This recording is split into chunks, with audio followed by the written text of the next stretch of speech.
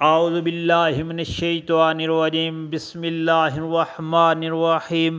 السلام علیکم پیارے بہن بھائیو، اللہ پاک سے دعا ہے آپ کو عافیت کے سائے میں رکھے، آمین یا رب العالمین۔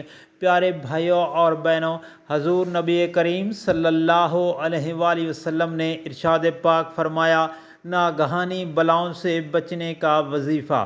رسول اللہ صلی اللہ علیہ وآلہ وسلم نے ارشاد پاک فرمایا کہ جو شخص روزانہ صبح اور شام کو 3 مرتبہ یعنی 3 مرتبہ صبح اور 3 مرتبہ شام کو روزانہ یہ دعا پڑھے گا تو کوئی چیز اسے ضر نہیں پہنچائے گی، نقصان نہیں پہنچائے گی۔ تو دعا یہ ہے، بسم اللہ الرحمن الرحیم، بسم اللہ الذی لا یضر مع اسمہ شیء فی الارض ولا فی السماء وہو السمیع العلیم۔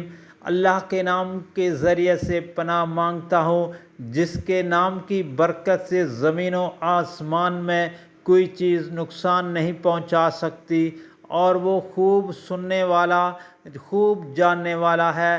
پیارے بھائیوں اور بہنوں، ابو داؤد کی حدیث شریف ہے۔ اللہ پاک سے دعا ہے عمل کرنے کی توفیق عطا فرمائے، آمین یا رب العالمین۔ حضرت ابو ہریرہ رضی اللہ تعالی عنہ بیان کرتے ہیں کہ ایک شخص نبی صلی اللہ علیہ وآلہ وسلم کی خدمت میں حاضر ہوا اور عرض کی، اللہ کے رسول، مجھے اس بچھو سے کتنی شدید تکلیف پہنچی جس نے کل رات مجھے کاٹ لیا۔ آپ صلی اللہ علیہ وآلہ وسلم نے فرمایا، اگر تم نے جب رات کی تھی یہ کلمات کہہ لیتی تو وہ بچھو تمہیں کوئی نقصان نہ پہنچاتا۔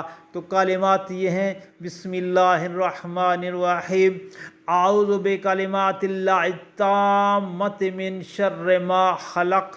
میں ہر اس چیز کے شر سے جسے اللہ نے پیدا کیا، اس کے کامل ترین کلمات کی پناہ میں آتا ہوں۔ صحیح مسلم کی حدیث شریف ہے۔